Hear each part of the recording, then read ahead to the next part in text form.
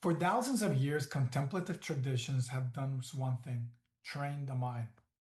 Training the mind is critical more than ever before. In the digital age, our mind, our brain is untrained, is inattentive, it's fragmented, unsynchronous, and noisy. And we want to be able to train our mind for calmness, for clarity, and even compassion. And modern neuroscience shows that monks were right all along, that training the mind is critical. And in today's video, we're going to see how ancient wisdom meets modern brain science and how you can upgrade your mind in just minutes. So stay through to this entire video. It's really, really valuable as I try to make all of these videos that we put out once a week. Again, my name is Dr. Brian Ramos. I'm a Yale-trained neuroscientist, and I am the creator of Zen Brain Academy. This is where you're going to get that digital age hack that's going to allow you to have the edge over everybody else, to be more productive than anyone else, to conserve energy, to extend your longevity, avoid burnout, breakdown that we often see in the digital age, where mental health and brain health issues are going to skyrocket, impacting everything else about our biology. So let me just share real quick here a little short guide to keep you kind of like a little visual guide.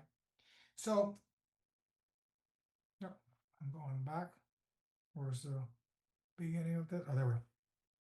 So, what do monks know about modern peace and how neuroscience confirms this? That's the topic of today.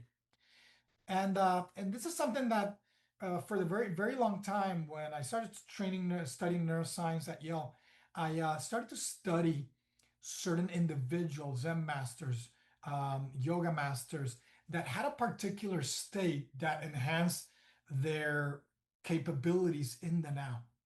They were able to do more in less time, to be more impactful, to do things that seemed even magical, to have longevity, to be able to do things that you thought of as being for a young person, they were able to do even in their very late years of life. And monks aren't calm by accident. They've trained specific neural states that are going to counter stress, anxiety, and distraction. And these are the exact things that we struggle with in modern life. So, training these specific neural states can be very beneficial for us. These brain states are for deep calm, and advanced meditators are going to show this. If you have people who practice meditation for months, years, they show unique brain wave patterns that are associated with emotional regulation.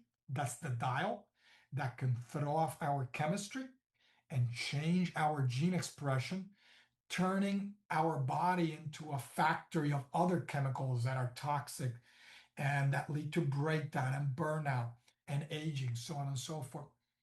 It also, they have brainwave patterns associated with sustained attention because they've trained their attention. That's what meditation is: training of attention, so that you can be deeply focused without distraction. Compassion, mental clarity. This isn't belief, it's something that you can measure now because we have ways to look at the brain that we couldn't when these monks started these practices thousands of years ago. Um, the gamma waves are a specific type of brainwave activity that goes, it's almost like a supercharged brainwave activity that goes beyond. So we're currently in beta. If we try to force gamma, let's say, we're overdoing it. We go into high beta, a noisy state that is not associated with anything on this list. But you can get into this peak synchronous state where your different brain areas are working together rather than in opposition of each other to generate gamma waves. It's it's kind of like an additive effect where waves add on to each other. They can also cancel each other out. So a noisy brain leads to flat line, less productivity, less output. A gamma state is a state where those waves kind of collide synchronously and add to each other, leading to high level focus. leading to enhanced learning and memory, emotional regulation, clarity, and so flow state. The monks trained their brain to get into gamma intentional. Something that helps to get into gamma intentionally is learning how to be in a calm state where you can slow down the brainwave activity to the point where you're able then to shape it in a sense. It slows down, you go into alpha or theta. The problem is that most people in alpha and theta are feeling drowsy, sleepy, unconscious. We're not used to being conscious and alert in those states. But meditation, what it does is it's not shutting the brain down. It's allowing you to, in a sense, manipulate the brainwave activity, to synchronize it, to make it coherent so that that coherence replaces the noisy chaos that we have during beta or high beta. Focus replaces attention deficit, calmness replaces stress. And I'm able to enter a flow state, a state where my brain and my heart are now synchronous.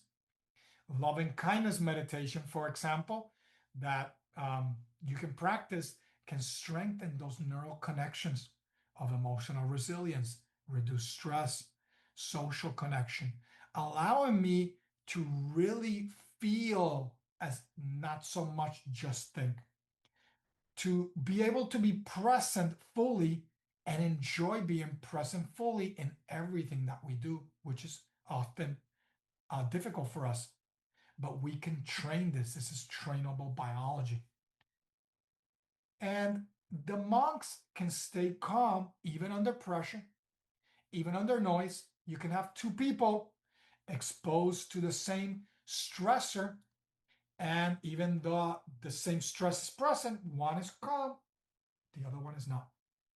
And that is because that is trainable. It's a particular brain wave state. So years of training have shifted their nervous system into faster recovery from stress.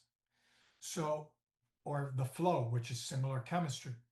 I can stay in this state for longer, recover quicker, and go back in the state. That's why the monk seems like they're perpetually in the flow. They're perpetually stress-free. They're calm, focused, low baseline anxiety. They don't know what that is. They don't know what stress is. So something that I started on this journey to teach this in Zen Brain Academy. It started with the Art of Stress-Free Living book, Inside Out Calm. It was this kind of voyage of me learning how to integrate it myself so then I could properly teach it to others. It's not just theory, it's practice as well.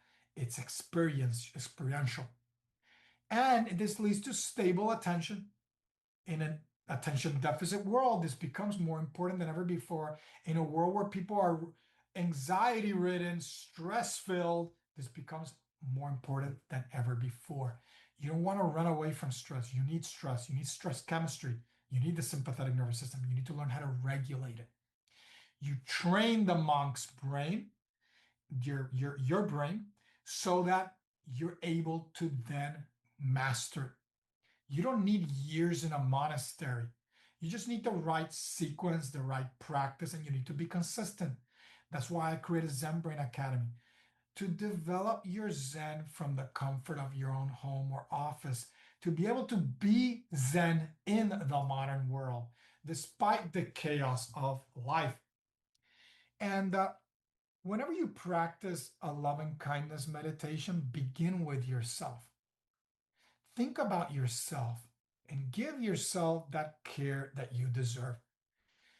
Change your negative bias. Often we get trapped in negative thoughts, and shift that to more positive affirmations. What are you thankful for about yourself, about your accomplishments? Is it your health? Is it people in your life? Whatever it may be, focus on that. Sit there and think about that. Connect with your heart. Connect with things that you're thankful for. And then extend that out beyond yourself. Think about somebody in your life and send them that love, that care. And then expand it to this. You don't have to do this in one sitting, but with time, you can expand it to neutral people, Maybe somebody that you know that you think may need that, that maybe you don't care about necessarily. It's not a loved one in your life, family member, let's say. Maybe it could be a coworker. Extend it to a neutral person. Extend it to all beings, to the earth, to Mother Nature that's also suffering because of human decisions and habits that have harmed the planet. This trains compassion, it trains coherence simultaneously because you're sitting away from all the doing and trying to be present with being with yourself first, then with another, then with somebody neutral, then with the world. So try to find like a good guided practice. Obviously, in Zen Brain Academy, we also offer practices as well, guided practices. There's a ton of guided practice that you can do that can help you to learn it so that then you don't depend on the guided practice itself. What changes with consistent training in this way? Reactivity decreases. Oftentimes, we realize that we're impulsive in our responses. We develop emotional regulation or steadiness. Our focus deepens, and calmness becomes a default state. As we practice this, we realize that often we're impulsive in our responses. We're overreacting for no reason and burning precious capital. That end emotion is the dial. If we overreact, we dissipate energy that we could otherwise conserve. This is neural conditioning. It's not about willpower. You do it repeatedly over and over and over again. You're patient, you push through, and eventually you will succeed. Remember, inside Zen Brain Academy, we guide you through this. Our 4-week neural calm system, gamma coherence training, compassion based nervous system rewiring, because we really think that you don't need to escape the world. You need to train your brain to meet that world calmly. That's a huge difference. It's not about trying to control everything, it begins with you. It's like a hurricane. The eye of the hurricane is very calm. You don't notice there's a storm, but there's chaos all around it. Become that eye as well, the eye of the hurricane. All right, I hope this served you well. I'll see you in the next video. Take care. Stay zen.